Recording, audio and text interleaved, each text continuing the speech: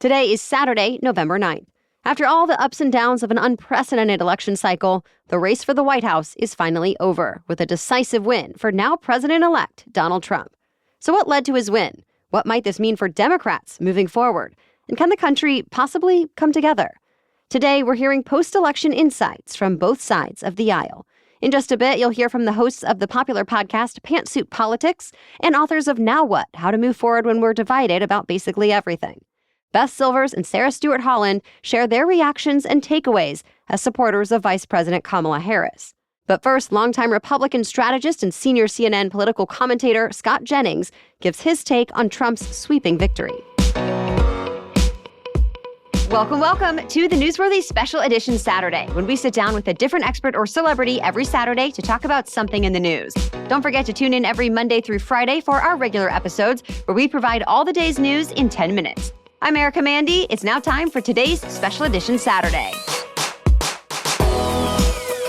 Scott Jennings, thanks for joining us here on the Newsworthy. Hey, good to hear your voice. So let's just start with your reaction to Trump's win. Well, it was a crushing victory for Donald Trump and the Republican Party, and a crushing defeat and rebuke, a real market correction after 4 years of Joe Biden and Kamala Harris. Democrats have been in charge for 12 of the last 16 years, and the American people rose up, and largely the working class in this country rose up and said, we've had enough on a number of fronts, both economic and cultural. Were you expecting the results to be so decisive so quickly? Well, I had believed for some time that if the election were going to tip to one candidate or the other, it would do so altogether. It didn't make any sense to me why certain groups of people in Michigan, say, would perform differently than those same characteristic groups in Pennsylvania. And so I wasn't surprised at all that Trump swept the swing states, because you saw people from a lot of different cohorts behaving similarly all over the country.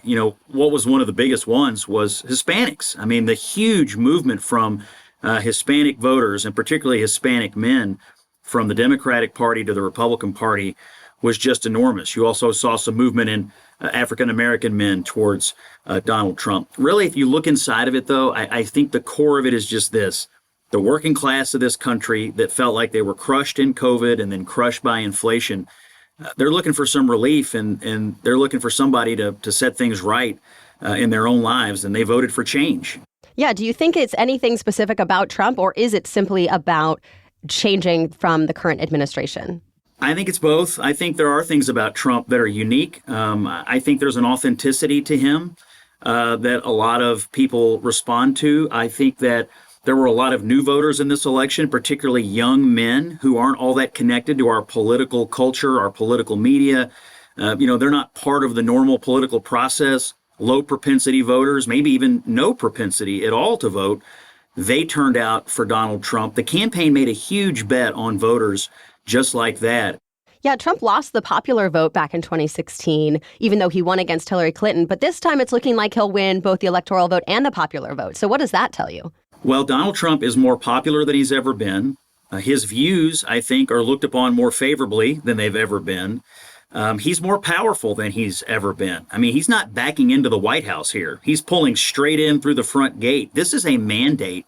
And what the election results tell me is that the American people listened to what both parties had to say, and they made a decisive choice here that, hey, we're going to give Donald Trump a chance to execute his program, whether that's on immigration, whether that's on the economy, whether that's on his views about America's role in the world.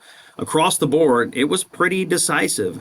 And do you think Americans should really expect some of the promises that we saw from Trump on the campaign trail, including, massive tariffs, mass deportations, major changes to the health system from RFK Jr. and some of those other promises? What do you think? What do you expect from those things? On the economic front, I expect Trump to use tariffs where it makes the most sense. And that's why we elect presidents, to exercise their judgment. So, yeah, I do expect him to take the country in that direction. And I hope that he uses them in the way that he said he would, and that is as a tool to improve the fortunes of the American worker.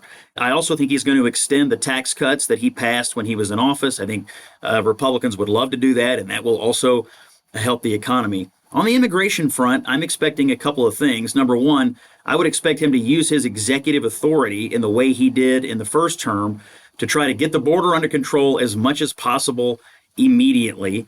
And I would also expect him to do everything he can under his executive authority to begin to remove illegal immigrants from the country, specifically, and I think as a priority, the people who are here that are known to be violent, that have been violent in their past, or that committed crimes in the United States. He knows what he's doing now. The first time around, he was an outsider coming into government.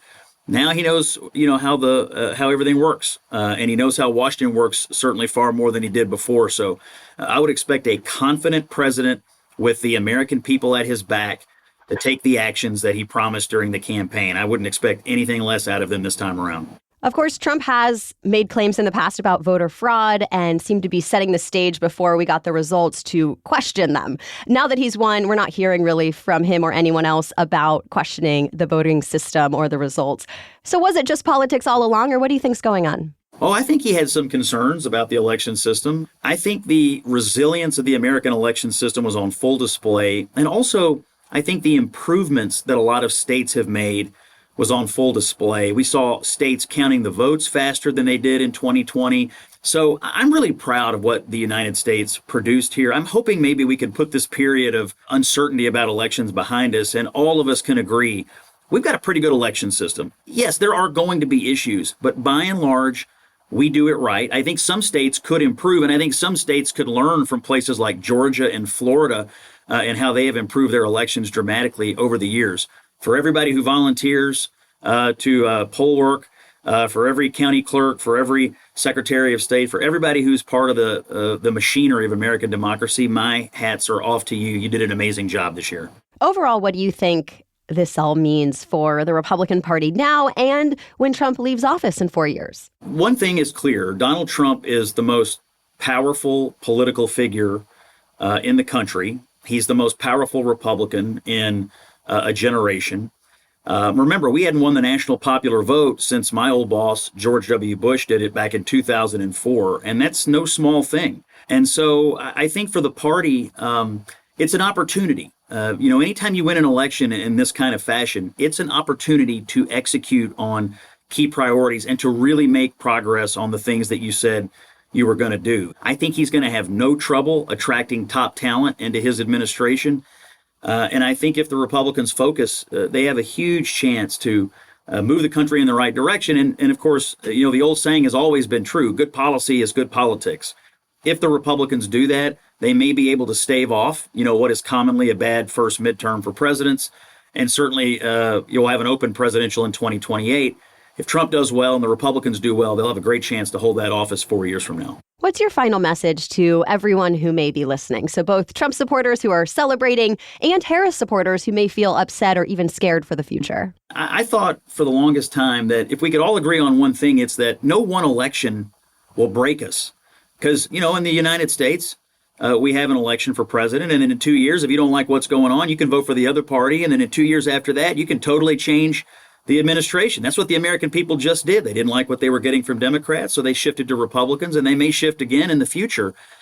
But the point is, we're always moving. We're always heading towards the next chance for the people to decide. So my message is, if you won, be humble, put your head down and go to work on helping the people that elected you. And if you lost, don't despair. We're going to vote again in 2 years, and then in 2 years after that. And that's the beauty and the magic of our system, is that ultimately, it's always the people that can decide our fate, but the end is never here. The end of the country is not here. The country is not going to come to an end because something didn't go your way in one single election. So millions of people voted, but there are tens of millions of more people around the world who look upon us and only wish they could have the kind of control over their futures that we have as Americans, and I think we could all be proud of that.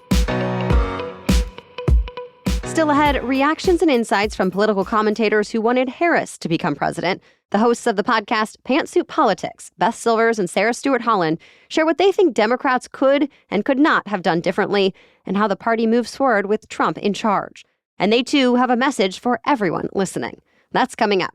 But first, a quick break for our sponsors. The Newsworthy is brought to you by BetterHelp.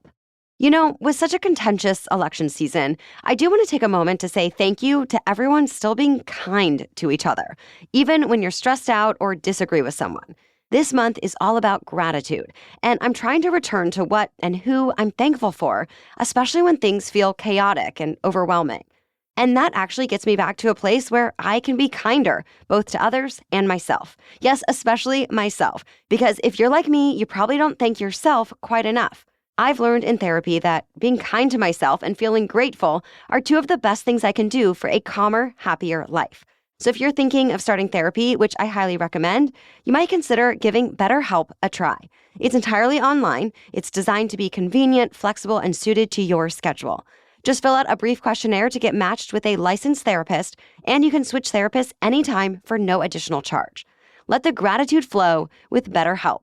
Visit betterhelp.com/newsworthy today to get 10% off your first month. That's BetterHelp, HELP.com/newsworthy. This episode is also brought to you by Quince. Can you believe it's November already? The weather has been a bit all over the place, but we've definitely had some cooler days where I live. And I know some other places that have already gotten snow. Well, saying goodbye to the summer feels easier when I can slip into a cozy sweater from Quince. Quince is known for their Mongolian cashmere sweaters from just $50. And I love all the items I've gotten from Quince, like my washable silk tank and organic cotton blazer. I love having high-quality pieces without having to feel guilty for buying them, because all of Quince items are priced 50 to 80% less than similar brands. How? By partnering directly with top factories and cutting out the cost of the middleman, which passes the savings on to us. And Quince only works with factories that use safe, ethical, and responsible manufacturing practices, as well as premium fabrics and finishes for that luxury feel in every piece. So get cozy in Quince's high-quality wardrobe essentials. Go to quince.com/newsworthy for free shipping on your order and 365-day returns. That's QUINCE.com/newsworthy to get free shipping and 365-day returns. Quince.com/newsworthy.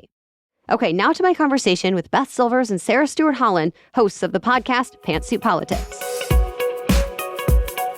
Sarah and Beth, thank you so much for joining us here on the Newsworthy. Always good to be with you, Erica. Yeah, thanks for having us. So obviously this was not the outcome you wanted, but give us an idea of your initial reaction and how you're feeling now. Sarah, if you want to start us off, and then we'll go to Beth on this one. Deep down, I believed this would most likely be the result. We had a candidate who'd been running for 9 years, and we had a candidate who'd been running for 100 days, and that's a real uphill battle. I felt very sad because I voted for Kamala Harris, not just against Donald Trump. I think she would have been an excellent president. I think she ran an excellent campaign. I also just don't want to sit in my sadness. I want to learn everything I can learn from this and be really clear-eyed about what it means about where America is. And so how do I better understand that frustration and meet it and roll up my sleeves and say, over the next 4 years, what can I do to make things better? Yeah, and part of Harris's concession speech was to not throw up our hands, but to roll up our sleeves. So what did you think of that concession speech, Beth? I was so proud to be a supporter of her during that concession speech. I thought she handled it with grace. I thought it was appropriately optimistic and that message was very needed. I think she's right that it's never the last day. Mm-hmm. It is easy to take a really decisive victory for Donald Trump in the face of everything we know about him and feel like it's the last day. And I was so glad that she came out and said, absolutely not. The work continues. Yeah, what do you think that actually looks like or means when she says, let's keep fighting, Sarah? It can mean a lot of things for a lot of different people. I think it can mean deciding to run yourself. I think it can mean for people that I've talked to, they're ready to get involved in a real way locally for the first time. I think it can mean doing the best you can just to not cave to that cynicism and that hate. Sometimes the fight is just within ourselves, right? Sometimes the fight is not caving to the voices that say they hate us and there's nothing we can do about it. But it's a fight I believe in. It's a fight that I'm going to try to take on myself and to show up and represent my values. Not that there's not a place for, anger. There is. But I'm trying not to let it turn into hate. Analysts say, Trump's return was fueled by Hispanic and working class voters. Do you think this is a Democratic Party issue, or was it specific to this campaign, Beth? I think that's an excellent question and one we're going to have to continue to study. I think that many, many voters feel that the Democratic Party has taken them for granted and not delivered on its promises to them and not offered them much. I also think that there are some unique factors around this campaign. So to me, the lesson coming out of it is demographics are not destiny. We have to really understand what motivates people as people and accept that all groups are a mix of motivations. And I think it will be tempting to aggregate the lessons of this election and then park in them as though that's going to be the playbook for 2028. And the reality I think we need to shift to is that the world is changing fast and people's feelings are changing fast about that world. And so let's learn everything we can from 2024, but let's continue to learn in 2025, 26, 27, because the 2028 race will not be a replay of this one. It will be different too. And Sarah, would you change anything about the Harris-Walz campaign looking back? And do you still think replacing Biden was the right call?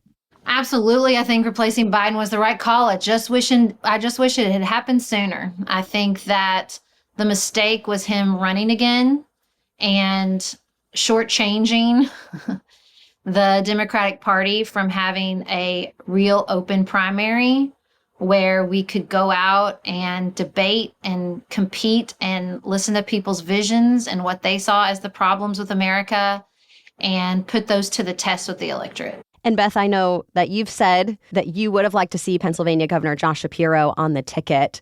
Do you think that could have made a difference? No, I would love to say that because it would confirm what I believed before. But as I dig into the data that we have already, and it's still early, as I dig into that data, it does not reinforce that conclusion. I think that Donald Trump won this election more than Kamala Harris lost it. Mm-hmm. And I think anyone that she had running with her, and I think probably most Democrats, I think if we had had a mini primary, it would have been too late.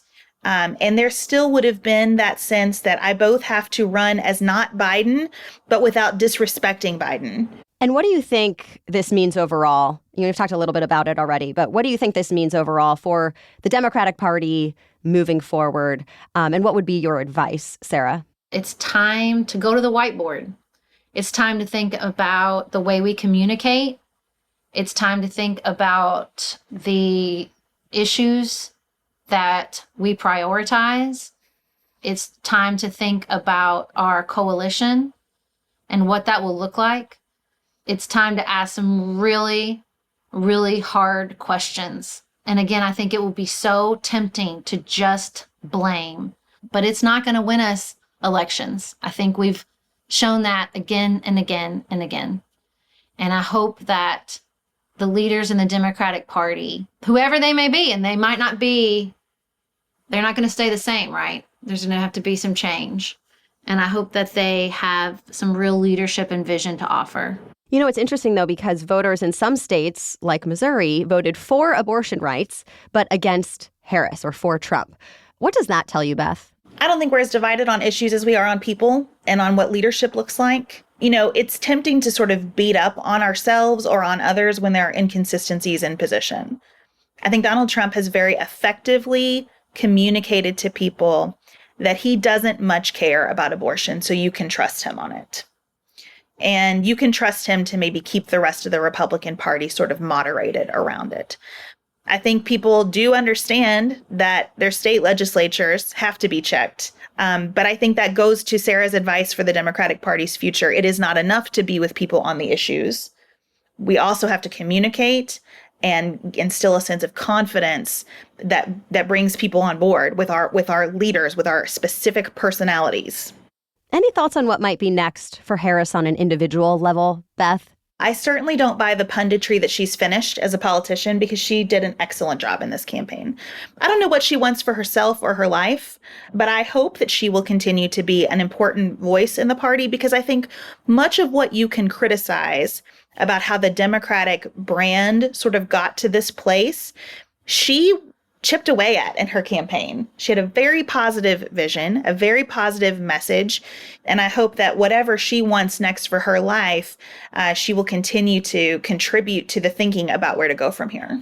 And from each of you, what's a final message to everyone who may be listening, both Trump supporters and Harris supporters? Sarah, we'll start with you.